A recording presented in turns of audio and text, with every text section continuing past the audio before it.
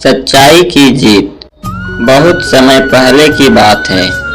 एक छोटे से गांव में रघु नाम का एक गरीब किसान रहता था। उसका जीवन बहुत साधारण था, लेकिन वह बहुत ईमानदार और मेहनती था। उसके पास थोड़ी सी जमीन थी, जिस पर वह खेती कर अपना परिवार का पालन पोषण करता था। रघु के पास ज्यादा धन नहीं था, लेकिन उसके पास बहुत कीमती चीज थी, उसकी ईमानदारी। वह कभी किसी का बुरा नहीं सोचता था और हमेशा सच्चाई के रास्ते पर चलता था। एक दिन गांव में घोषणा हुई कि राजा बहुत बुजुर्ग और बीमार हो चुके हैं और अब एक ईमानदार उत्तराधिकारी की तलाश में है। राजा ने फैसला किया कि वह कोई राजकुमार या राजकुमारी नहीं, बल्कि साधारण जनता में से ही किसी को राजा बनाएंगे।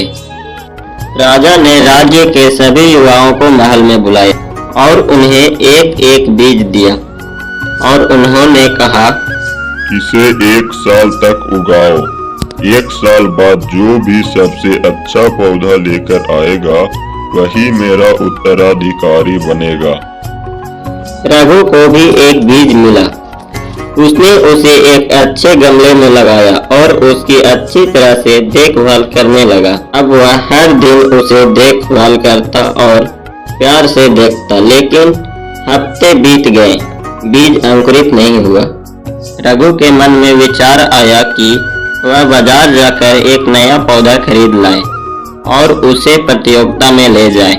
लेकिन फिर उसने सोचा, अगर मैं झूठा पौधा ले जाऊंगा तो ये मेरी ईमानदारी के खिलाफ होगी। इसी प्रकार 1 साल बीत गए, पर रघु के बीज अंकुरित नहीं हुए। राजमहल से सभी का बुलावा आया। सभी गांव वाले सुंदर और हरे भरे पौधा के साथ पहुंचे। किसी के पास फूलों से लदा तथा किसी के पास हरी भरी पौधा थी, लेकिन रघु के गमले में कोई पौधा नहीं था। लोग रघु के मजाक उड़ाने लगे।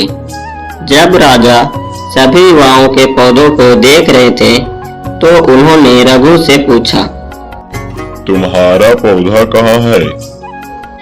रघु ने सिर झुकाकर जवाब दिया, महाराज, मैंने तो वही बीज लगाया था जो आपने हमें दिया, लेकिन वह कभी उगा ही नहीं।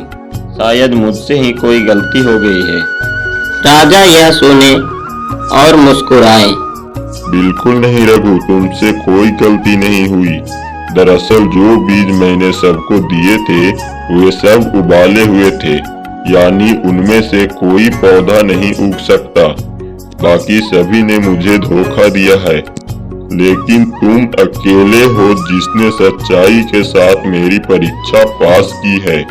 राजा ने पूरे राज्य के सामने घोषणा की, आज से रघु ही मेरा उत्तराधिकारी होगा। सारे लोग चौंक गए। रघु एक साधारण किसान से राजा बन गया और जनता की सेवा करने लगा।